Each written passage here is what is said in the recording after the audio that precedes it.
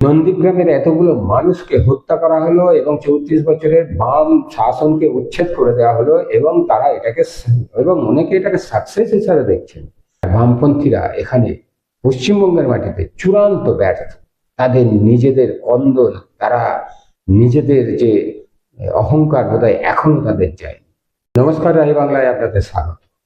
পশ্চিমবঙ্গের বিধানসভা নির্বাচনের যে পালাবদল ঘটেছে তাতে দাঁড়িয়ে মাননীয় মুখ্যমন্ত্রী পদত্যাগ করছেন না। ভারতবর্ষের ইতিহাসে এটা প্রথম। তিনি কি মোহ ছাড়তে পারছেন না, গদি ছাড়তে পারছেন না? জনগণের রায়কে তিনি উপেক্ষা করছেন কেন? তার যদি কিছু বলার থাকতো তিনি তো কোর্টে যেতে পারতেন। তার জন্য তো সুপ্রিম কোর্ট খোলাই আছে। একটা সামান্য ব্যাপারে তিনি কোর্টে পৌঁছে যান, দিনের পর দিন ডিএ মামলা নিয়ে কোর্টে পৌঁছেছেন, আর আজকে তিনি কোর্টে যেতে পারছেন না। তার যদি সত্যিই বলার কিছু থাকে, সত্যিই হতে পারে, তাহলে তো কোর্টে যাওয়া উচিত ছিল তার, তাই না? তা না করে তিনি পদত্যাগ করবেন না বলে প্রেস মিট করছেন এবং যে যুক্তিগুলো দিচ্ছে সেগুলো অদ্ভুতভাবে হাস্যকর যুক্তি। তা তিনি দিন দেওয়ার ব্যাপার, কিন্তু যদি সত্যি তার বিশ্লেষণে যাওয়া যায়, পশ্চিমবঙ্গে 13 বছরের তৃণমূলের দল যখন ক্ষমতায় আসে এবং ন্যাক্কারজনক ভাবে, বলতে আজকে আমার দ্বিধা নেই, এবং আমরা প্রত্যেকেই জানেন যে ন্যাক্কার ভাবে যে রাজনীতি করা হলো সিঙ্গুর এবং নন্দীগ্রামের এতগুলো মানুষকে হত্যা করা হলো এবং 34 বছরের বাম শাসনকে উচ্ছেদ করে দেওয়া হলো এবং তারা এটাকে এবং অনেকে এটাকে সাকসেস হিসাবে দেখছেন না কিভাবে নাটকীয় মুহূর্তগুলো পশ্চিমবঙ্গে তৈরি করা হয়েছিল এই বাম সরকারকে তুলে ফেলার জন্য। যারা এটাকে মমতা ব্যানার্জি সাকসেস হিসাবে দেখছেন তারা ভুলে যাচ্ছেন যে নন্দীগ্রামকে কিভাবে বোড়ে হিসেবে ব্যবহার করা হয়েছিল এবং আর এক বোড়ে এসেছিল সিঙ্গুর। আপনারা প্রত্যেকেই দেখেছেন সিঙ্গুরের কারখানা তৈরি হয়ে যাওয়ার পরে সেই কারখানাকে কিভাবে ধ্বংস করে দেওয়া হয়েছিল। মানুষের স্বপ্ন, রুটি রোজগার সবকিছুকে ধূলিসাৎ করে দেওয়া হয়েছিল। মানুষ কিন্তু সময়ের সাথে বুঝতে পেরেছে যে মুখ্যমন্ত্রীকে মানে কলকাতা শহরের চতুর্দিকে তার পাঞ্জাবি এবং ধুতিতে রক্তের দাগ দেওয়া হয়েছিল নন্দীগ্রামের পরে, সেই পাঞ্জাবি আজকে মমতা ব্যানার্জির কি হলো? এই যে নোংরামির খেলা, এই নোংরামি কতটা নিচে নামলে একটা মুখ্যমন্ত্রীকে এবং সাধারণ মানুষের পক্ষে চলে গেলেন। তারা বুঝতেই পারলেন না যে নন্দীগ্রাম কি নাটকীয় হিস্ট্রি তৈরি হলো। দ্বিতীয়ত যখন সিঙ্গুর তৈরি হলো, সিঙ্গুরের ইতিহাস লেখা হলো, বইয়ের পাতা থেকে সাবজেক্ট, বইয়ের পাতা থেকে সিলেবাস উধাও হয়ে গেল, নন্দীগ্রাম ইতিহাস হয়ে ঢুকে পড়ল। মমতা ব্যানার্জির হার পর্যালোচনা করার জন্য আমি এখানে বসি। হার তার ছিলই। 16 সালে এসেছিলেন ঠিক কথাই, নিজেরা না বুঝতে পারে, কিন্তু 21 সালে তার আসার কথা ছিল না। তিনি খুব একটা আর একটা পলিটিক্স খেললেন যে শুভেন্দুকে বিজেপি দিয়ে বিজেপিকে উত্থান ঘটালেন পশ্চিমবঙ্গের মাটিতে এবং ট্রাইঅ্যাঙ্গেল ভোট, বিরোধী ভোট ভাগ হয়ে গেল এবং তার পশ্চিমবঙ্গে থাকার জায়গাটা পাক্কা করে নিলেন।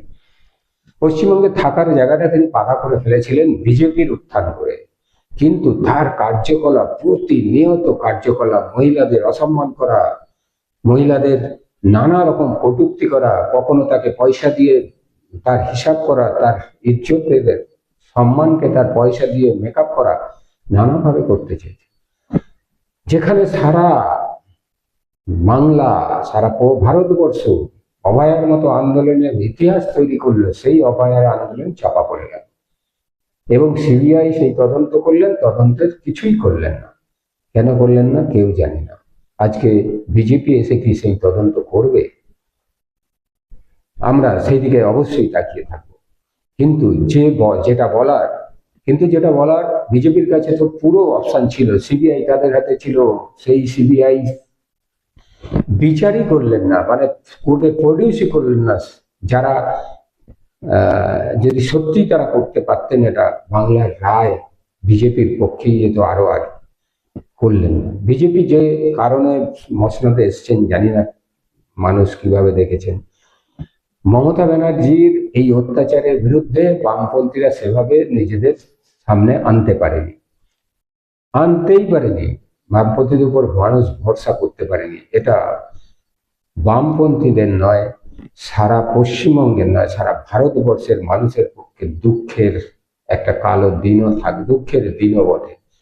বামপন্থীদের উপর ভরসা না করা পশ্চিমবঙ্গের মানুষের, তাতে তাদের নিজস্বতা, তাদের দুঃখের দিন সামনে আসবে না। আমি বলছি না বিজেপি আসছে বলে শুধু সেই একটা, অনেক নানা কারণে বামপন্থীদের উপর ভরসা না রেখে যারা আজকে দক্ষিণপন্থীদের উপর, তীব্র দক্ষিণপন্থীদের সব কিছু দেখার পরেও, বিজেপির কার্যকলাপ দেখার পরেও তারা এই আজকে বিজেপিকে পশ্চিমবঙ্গের মাটিতে জায়গা দিলেন, তাদের একদিন বুঝতে হবে।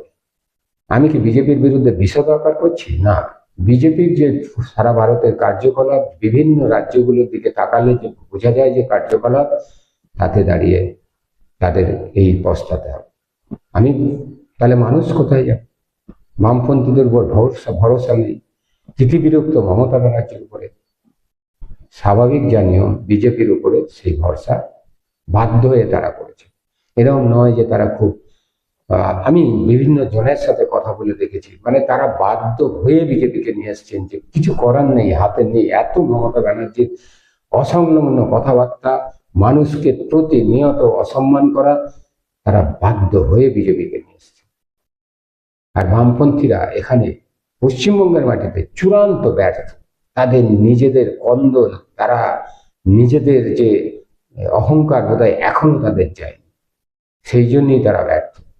না হলে বামপন্থীদের চাই না মানুষ, এটা হতে পারে না।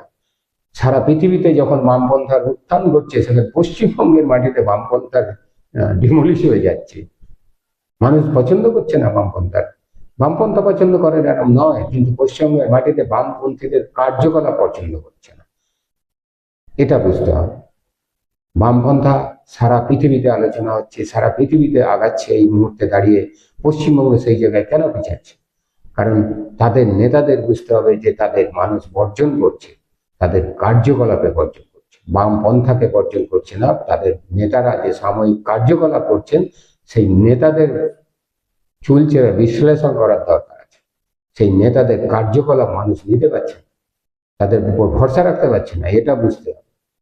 যাক, পশ্চিমবঙ্গের মাটিতে নতুন একটা সরকার আসছে, সেই নতুন সরকার কিছু করবে, ভালো কাজ অবশ্যই করবেন, এই কথা আমরা আশা করব। বিজেপি যে এজেন্ডা, আমার মনে হয় তারা সেগুলো অবশ্যই ধীরে ধীরে নামাবেন।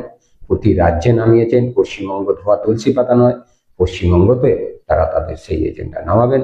এবং এই এজেন্ডা কোন দিকে যায় আমরা অবশ্যই তাকিয়ে থাকবো, দেখতে থাকবো।